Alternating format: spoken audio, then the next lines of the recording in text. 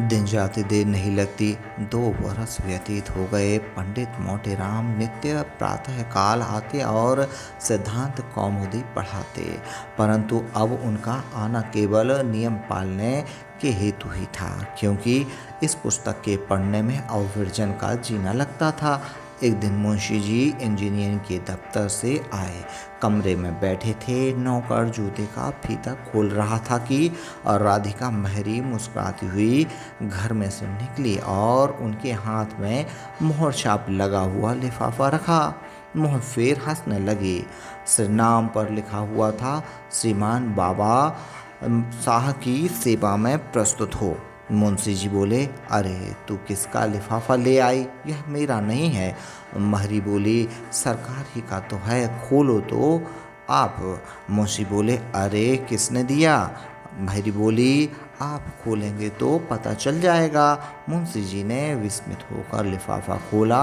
उसमें जो पत्र निकला उसमें यह लिखा हुआ था, बाबा को विरजन का प्रणाम और पालागान पहुँचे। यहाँ आपकी कृपा से कुशल मंगल है। आपका कुशल श्री विश्वनाथ जी से सदा मनाया करती हूँ।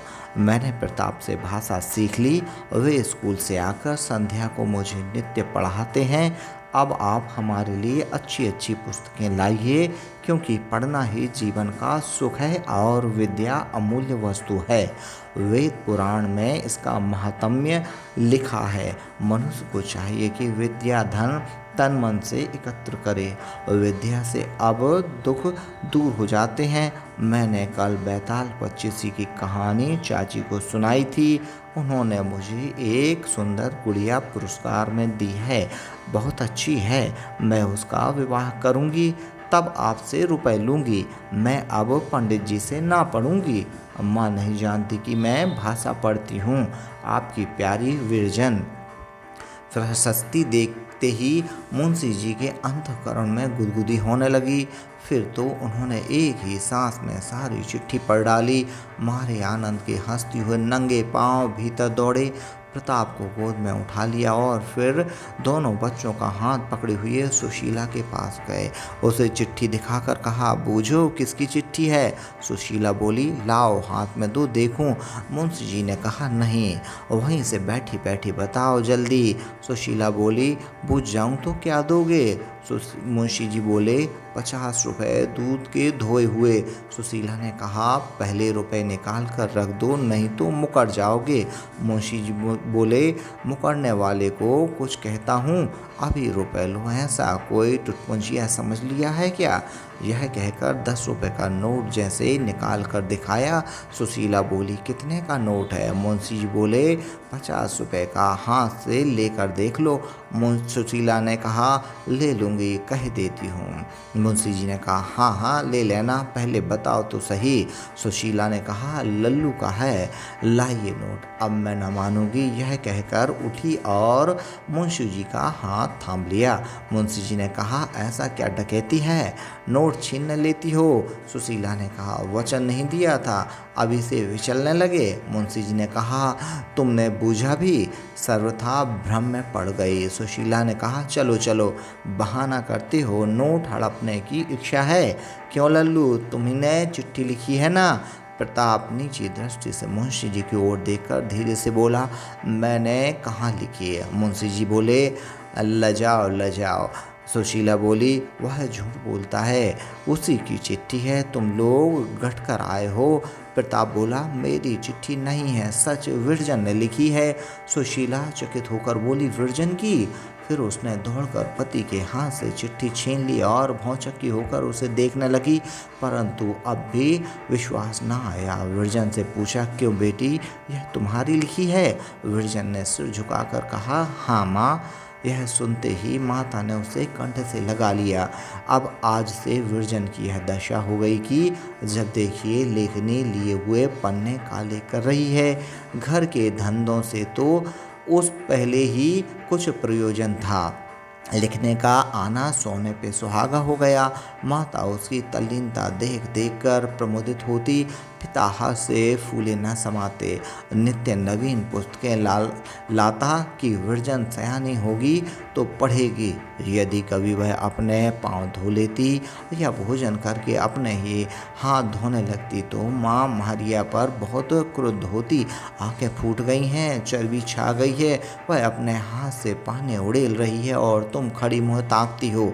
इसी प्रकार काल बीतता चला गया। विरजन का 12वां वर्ष पूर्ण हुआ, परंतु अभी तक उसे चावल उबालना तक न आया था।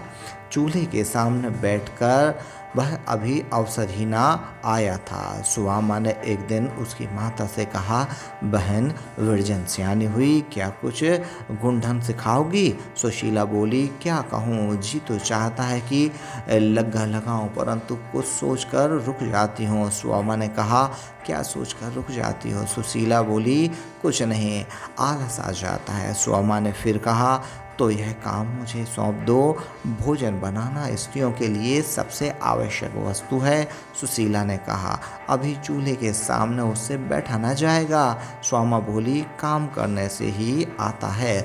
सुशीला झेंपती हुए बोली, फूल से गाल कुम्हला जाएंगे। सुदामा ने हंसकर कहा, बिना फूल के मुरझाए कहीं फल लगते हैं। दूसरे दिन से विरजन भोजन बनाने लगी। पहले 10-5 दिन उन्हें चूल्हे के सामने बैठने में बड़ा कष्ट हुआ। आग न जलती, फूंकने लगती तो नेत्रों से जलन होती और वे बूटी की भांति लाल हो जाते। चिंगारियों से कई रेशमी साड़ियाँ सत्यानाश हो गईं, हाथों में छाले पड़ गए, परंतु क्रमशः सारे क्लेश दूर हो गए। सुदामा ऐसे सुशीला स्त्री थी कि कभी रुष्ट न होती, प्रतिदिन उसे पुचकार कर काम में लगाए रहती। अभी विरजन को भोजन बनाते 2 माह से अधिक न हुए थे कि एक दिन उसने प्रताप से कहा, लल्लू मुझे भोजन बनाना आ गया। प्रताप बोला, सच में? विरजन बोली, कल चाची ने मेरा बनाया भोजन किया था, बहुत प्रसन्न हुई थी। प्रताप बोला, तो भाई एक दिन मुझे भी तो न्योता दो। विरजन ने प्रसन्न होकर कहा, अच्छा कल ही लो। दूसरे दिन 9 बजे विरजन ने प्रताप को भोजन करने के लिए बुलाया।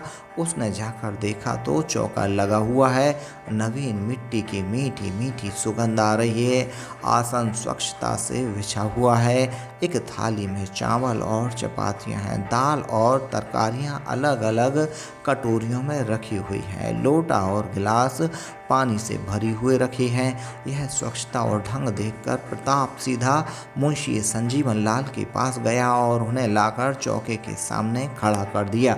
मुंशी जी खुशी से उछल पड़े। चट कपड़े उतार, हाथ पैर धो प्रताप के साथ चौके में जा बैठे। बेचारी विरजन क्या जानती थी कि महाशय भी बिना बुलाए पहुने हो जाएंगे। उसने केवल प्रताप के लिए भोजन बनाया था। वह उस दिन बहुत लजाई और दबी आंखों से माता की ओर देखने लगी।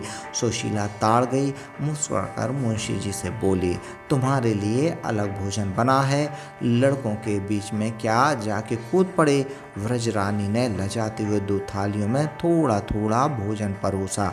मुंशी जी बोले, विरजन ने चपातियाँ अच्छी बनाई हैं, नर्म, श्वेत और मीठी। प्रताप ने कहा, मैंने ऐसी चपातियाँ कभी नहीं खाई, सालन बहुत स्वादिष्ट है। विरजन बोला, चाचा को शोभेदार आलू दो। यह कहकर प्रताप हंसने लगा। विरजन ने लजाकर सिर नीचे कर लिया। पतीली शुष्क हो रही थी। सुशीला पति से बोली, अब उठोगे भी? सारी रसोई चट कर गए तो भी अड़े बैठे हो। मुंशी जी बोले, क्या तुम्हारी राल टपक रही है? निदान दोनों रसोई की इतिश्री करके उठे। मुंशी जी ने उसी समय एक मोहर निकालकर विरजन को पुरस्कार में दे दी।